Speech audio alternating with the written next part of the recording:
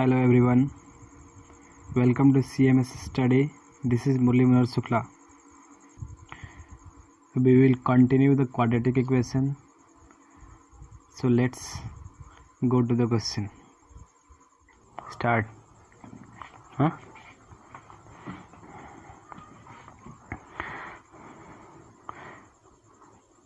Question में बोल रहा है कि समीकरण ax² + bx + c = 0 के मूल वास्तविक और भिन्न होंगे यदि ऑप्शन में दिया है d = 0, d > 0 और d > 0 और ऑप्शन नंबर डी में दिया है d < 0। इसके मूल की प्रकृति पूछ रहा है कि मूल की प्रकृति क्या होगी। तो मूल की प्रकृति चेक करने के लिए हम d को चेक करते हैं। क्या चेक करते हैं कि d यदि 0 से बड़ा होगा तो वास्तविक होगा और भिन्न होगा।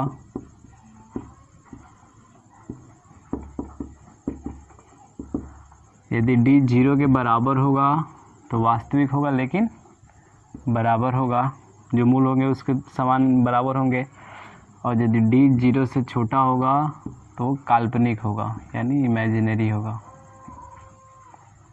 ठीक, तो इस ऑप्शन में होगा आपका ऑप्शन नंबर वास्तविक और भिन्न होंगे यानी d जो होगा 0 से बड़ा होगा। ऑप्शन नंबर होगा आपका बी। चलिए अगला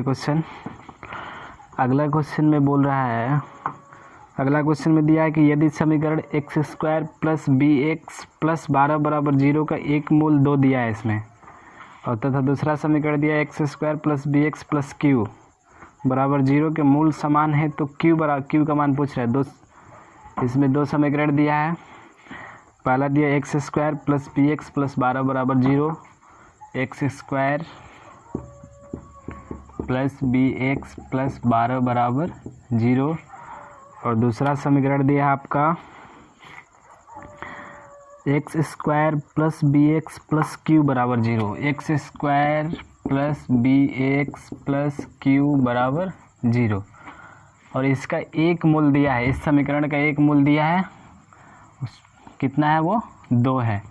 जब इसका एक मूल 2 दिया है इसका मतलब यदि हम x का मान 2 रखें तो ये पूरी जो वैल्यू होगी वो 0 के बराबर हो जाएंगे। ठीक, यदि x का वैल्यू हम 2 रखें, इसका एक मूल 2 दिया है, मूल देने का मतलब कि यहाँ पे 2 सेटिस्फाइड कर रहा है। ठीक, तभी इसका एक मूल दिया है यानी यहाँ पे 2 रखेंगे तो इस पूरे वैल्यू को सॉल्व करेंगे तो 0 के बराबर आएगा।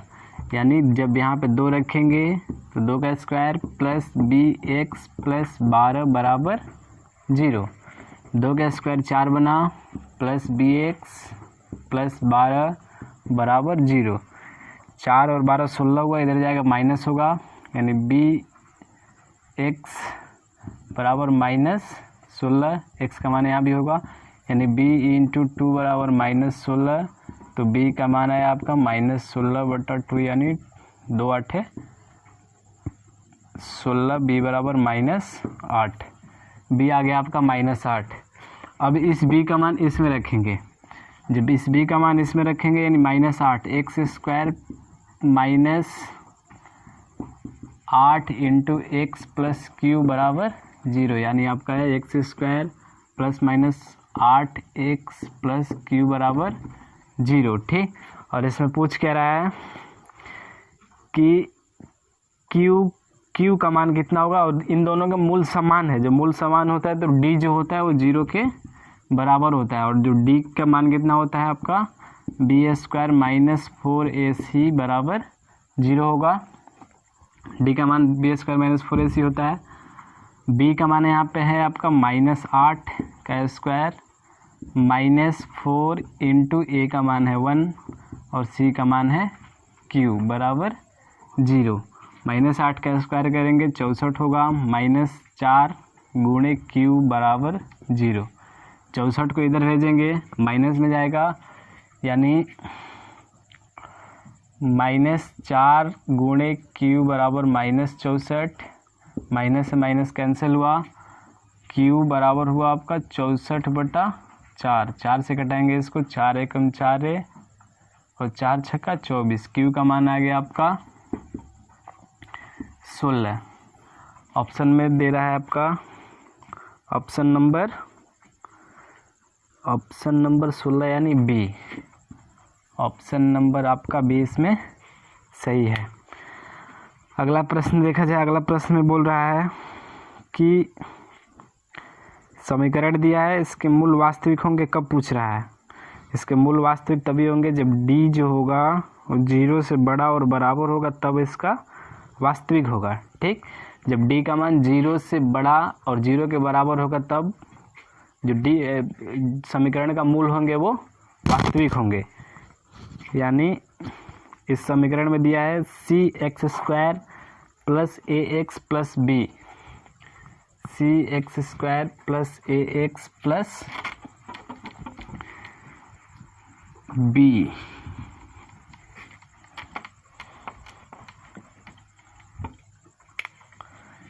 cx² plus ax plus b बराबर 0। इसमें बोल रहा है कि इसके मूल वास्तविक कब होंगे। यही इक्वेशन है ना, equation cx² plus ax plus b। ठीक, अब इसमें पूछ रहा है कि इसके मूल वास्तविक कब होंगे। जब इसके मूल तभी वास्तविक होंगे जब d जो होगा या तो 0 से बड़ा होगा नहीं तो बराबर होगा, तब इसके मूल जो होंगे वास्तविक होंगे। अब d बराबर कितना होता है, b² माइनस 4ac होता है। b के जगह पे a है तो a का स्क्वायर बना माइनस 4 इंटू ac होता है। a के जगह पे यहाँ पे c है इंटू, और c के जगह पे यहाँ पे b है। ये जो होगा पूरा ये 0 से बड़ा या बराबर होगा। a का स्क्वायर a² और माइनस 4b c जो होगा वो 0 से बड़ा या बराबर होगा, तब इसके जो मूल होंगे वो वास्तविक होंगे। और यदि केवल बड़ा होता तो वास्तविक और भिन्न होता, और केवल बराबर होता तो वास्तविक और बराबर होता। ठीक, और छोटा होता तो काल्पनिक होता। तो ऑप्शन नंबर होगा आपका इसमें कितना है, a² minus 4ac, a² minus 4ac जो होगा वो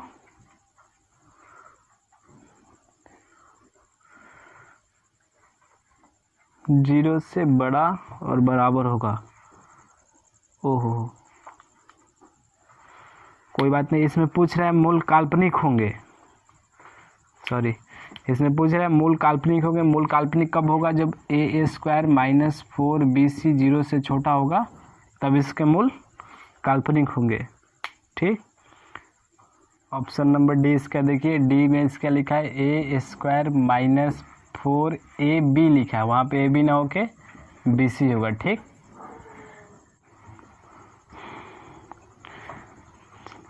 चलिए अगला क्वेश्चन बोल रहा है कि दो क्रमागत विषम धनात्मक पूर्णांकों के वर्गों का योग 290 के बराबर है।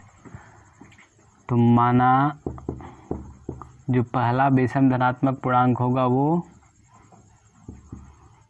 x होगा। ठीक, मैंने मान लिया x।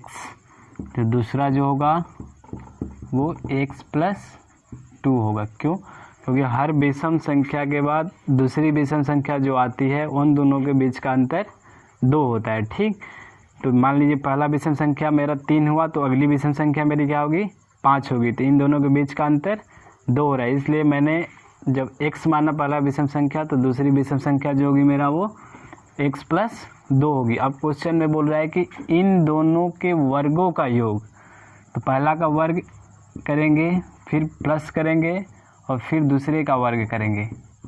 अब इन दोनों के जो वर्गों का योग हो रहा है वो 290 के बराबर है। ठीक, अब इसको तोड़ेंगे, x² हुआ प्लस इसको करेंगे तो x² प्लस 2 का स्क्वायर यानी 4 प्लस 2ab यानी 2 गुणे x गुणे 2, 2 दूनी के 4x इक्वल टू 290। अब x² मिलकर 2x² हुआ और प्लस 4x प्लस 4 बराबर 290। 290 को इस साइड लाएं तो 2x² प्लस 4x इस साइड आया तो प्लस 4 था, यह आएगा -290। -290 और प्लस 4 कितना होगा आपका -286 बराबर 0।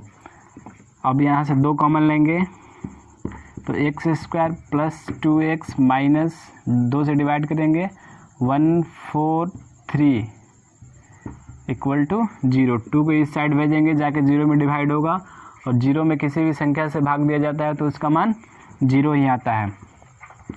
तो x square plus 2x minus 143 बराबर 0। अब इसको तोड़ेंगे, 143 है तो 143 है तो 13 में और 11 से गुणा करेंगे तो 143 भी मिलेगा, और 13 में से 11 को घटाएंगे तब भी +2 हमको मिलेगा, यानी x square plus 13x minus 11x minus 143 बराबर 0। ठीक,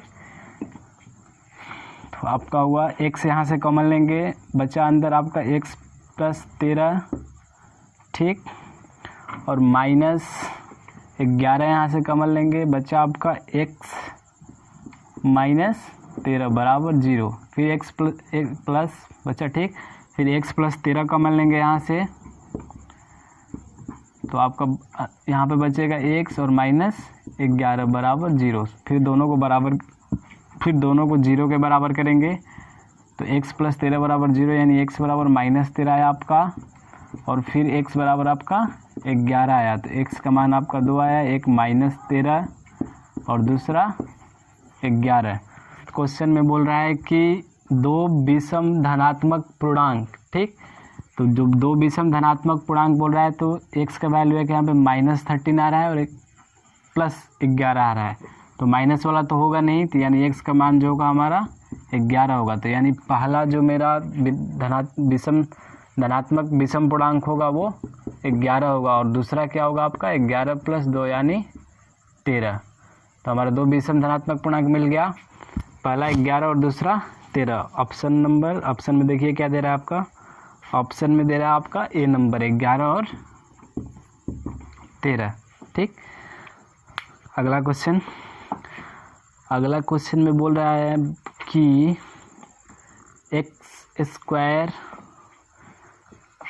माइनस px प्लस क्यू बराबर 0 के मूल समान है, तो निम्नलिखित में से कौन सा सत्य है। वही होगा, जब मूल समान है तो d जो होगा 0 के बराबर होगा, ठीक, d जो होगा 0 के बराबर होगा, और उसमें इक्वेशन दिया आपका x square minus px plus Q, x square minus px plus Q, d निकालेंगे यहाँ पे b स्क्वायर माइनस 4ac बराबर 0 करेंगे, यहाँ पे b का मान यहाँ पे -p है, इसका स्क्वायर करेंगे, -4 इंटू a का मान यहाँ पे 1 इंटू c का मान q बराबर 0 करेंगे, p का स्क्वायर p स्क्वायर ही होगा, और बराबर 4q होगा। अब आप ऑप्शन में देखिए क्या दे रहा है, ऑप्शन में दे रहा है आपका p स्क्वायर जो होगा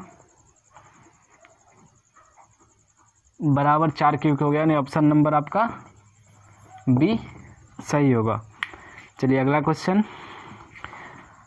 में बोल रहा है कि समीकरण दिया है, इसके मूल समान होंगे। मूल समान कब होता है, जब d आपका 0 के बराबर होता है तब वो मूल समान होता है। ठीक, ये वाला क्वेश्चन बन जाएगा। अगला क्वेश्चन बोल रहा है कि 2 समीकरण दिया है इसमें, और पूछ रहे हैं इसका उभयनिष्ठ मूल क्या है। कुछ नहीं करना है, इन दोनों द्विघात समीकरणों का गुणनखंड कर लेना है, और गुणनखंड करने के बाद x का मान आएगा, इसका भी कुछ आएगा। मान लिया पहला वाले इक्वेशन का अल्फा बीटा आया, दूसरा वाला का भी कुछ आएगा, मान लिया अल्फा और गामा आया, तो जो सेम नंबर का मिलेगा वही इसका उभयनिष्ठ मूल होगा। उभयनिष्ठ का मतलब कॉमन पूछ रहा है कि दोनों में कौन ऐसा मूल है जो कॉमन है, तो जो दोनों में कॉमन होगा वही वाला इसका आंसर होगा। ठीक, ये भी बन जाएगा। अगला क्वेश्चन में बोल रहा है कि द्विघात समीकरण के विवेचक 0 के बराबर हो तो दोनों मूल होंगे। जब विवेचक 0 के बराबर होता है तो जो दोनों मूल होता है वो आपका वास्तविक होता है और बराबर होता है। ठीक, जब मूल दोनों होंगे तो वास्तविक, जब मूल बराबर होंगे तो उसकी जो प्रकृति होगी वो वास्तविक